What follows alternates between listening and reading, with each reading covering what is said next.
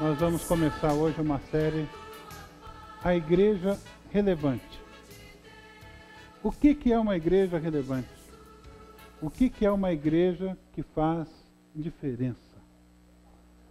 Eu fiquei pensando se nós não estamos sendo precipitados, querendo fazer mais do que Deus nos mandou fazer.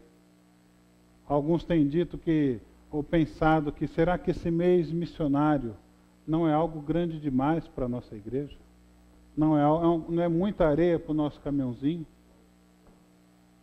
E a resposta que eu gosto é a resposta de Gamaliel, quando Gamaliel foi interpelado sobre o que estava acontecendo, que aqueles cristãos estavam fazendo uma diferença enorme naquela cidade, um barulho grande. Pedro e João, ora estavam no templo, ora estavam no sinédrio, tendo que dar explicações, e Gamaliel falou assim: se essa obra é de Deus, ela vai continuar e ninguém tem como segurar isso.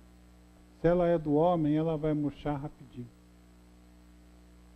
A Marli disse agora que está percebendo que Deus quer as mãos, que Deus quer o nosso coração. Nós cantamos, eu não pedi essa música, mas eu agradeço ao pessoal do louvor, ao Frank, né? Cabe agora, cabe a gente comprometer-se. E eu nem encomendei essa música, a música está ótima demais, está maravilhosa. E fiquei pensando, será que nós não estamos querendo aparecer? Será que isso não é vontade só de dar um espetáculo novo para ver se as pessoas se empolgam? Ou isso é um chamado de Deus para as nossas vidas?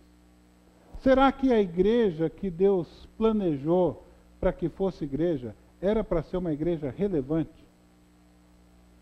Eu fui estudar. Me ausentei a semana passada, preparando bastante para esse momento, para essa série. Mas eu confesso que no começo eu estava assim muito preocupado, porque Deus não havia falado muita coisa, ou eu não estava muito disposto a ouvi-lo. Mas à medida em que você abre a Bíblia, ora a Deus e pede para que Ele fale, as coisas vão aparecendo, vão emergindo, e você vai perceber que muito do que nós já vamos falar hoje, já foi dito aqui. Se há uma igreja que a gente pode tomar como referência, como igreja relevante, que marcou presença no seu tempo e na sua época, é a igreja de Antioquia. E nós vamos viajar hoje 2000 anos no tempo para trás. Vamos dar uma olhada lá no Império Romano, no tempo de Cristo, e vamos fazer um passeio pela cidade de Antioquia. No tempo de Jesus, o maior império da face da terra havia sido estabelecido, o Império Romano já reinava, e até o quarto século, mais ou menos, ele durou. Nós vemos que esse império era tão grande que pegava 3 continentes. Pegava o norte da África, pegava uma parte da Ásia e grande parte da Europa. Esse Império Romano era um império sem precedentes. Para falar para a gente um pouco sobre o que é ser igreja, como é que uma igreja pode afetar a cultura da sua cidade, eu queria chamar um convidado. Eu ia falar amigo, mas chamá-lo de amigo seria uma pretensão enorme da minha parte, porque eu nem o conheço. Mas vocês sabem que eu sou fã dele de carteirinha, além do nome dele ser muito bonito, que é Timothy, né? É o nome do meu filho. Tim, gostaria de saber de você, como é que o cristianismo pode ser relevante para a cultura atual? The Bible says that Christians are supposed to be salt and light in the world. Most commentators think salt means that just by living their lives with integrity and godliness in the world, it keeps society from going bad. Salt was a preservative. Light has more to do with our good deeds. If we are kind to our neighbor and we're living lives of integrity and we love the people around us sacrificially like Christ loved us, including not repaying evil for evil, but overcoming evil with good.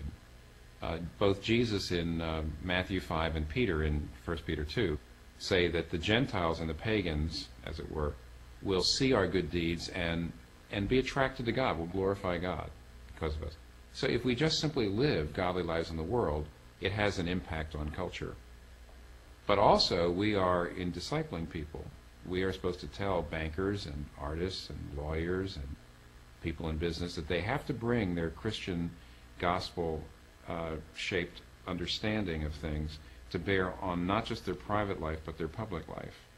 And when you bring the gospel to bear on your public life, and then you are out there being an artist and being a banker and doing business with the gospel worldview, it's going to impact culture as well.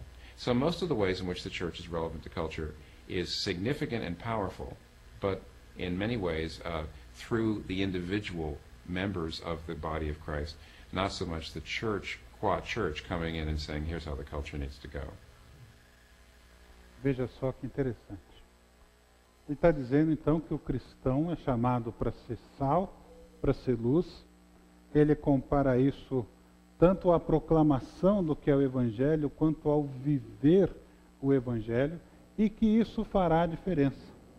Que a postura da igreja não deve ser, olha, eu estou certo e você está errado. A postura da igreja não deve ser, com relação à cultura, falar, a cultura certa tem que ser essa. Não, ela é se mesclar com a cultura e, através dessa convivência, apresentar Jesus Cristo para as pessoas. Mas você acha que no Império Romano era fácil ser cristão? Você acha que os cristãos não sofriam perseguições? Veja, talvez você não esteja enxergando bem, daqui a pouco eu vou te ajudar. Essa é uma inscrição gravada em gesso no Palatino, em Roma, no século II. Vamos dar uma olhada melhor no que está gravado aí. Você sabe o que está aí? Isso é uma pichação. Vê que esse problema de pichação já é velho, não é novo. Né? E aí você tem algumas coisas escritas em grego, que está escrito assim, Alexamenos, ou Alejamenos, eu não sei, meu grego é péssimo, né? Adora seu Deus. E o Deus do Alexamenos é um Deus crucificado com cabeça de asno. Ele está sendo ridicularizado pela sua fé. Isso acontece desde o tempo de Cristo. Veja, um dos pais da igreja, chamado Tertuliano, ele escreveu um documento chamado Apologia, e ele diz assim, não podemos, de boa vontade, deixar passar nenhum boato contra nós, cristãos, sem refutação. Juntamente como outros, estais na ilusão de que o nosso Deus é uma cabeça de asno. Aquilo ali era comum. Cornélio Tácito foi o primeiro a divulgar tal noção entre o povo.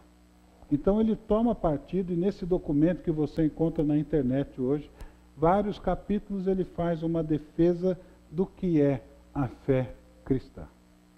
Para a gente entender como é que era a igreja de Antioquia, o que significava ser um cristão naqueles dias, e as diferenças, as limitações da cidade, eu convido você então a gente a fazer um tour naquela realidade. E Antioquia era a terceira cidade do Império Romano. As estatísticas mais pessimistas colocam essa cidade com 200 mil habitantes.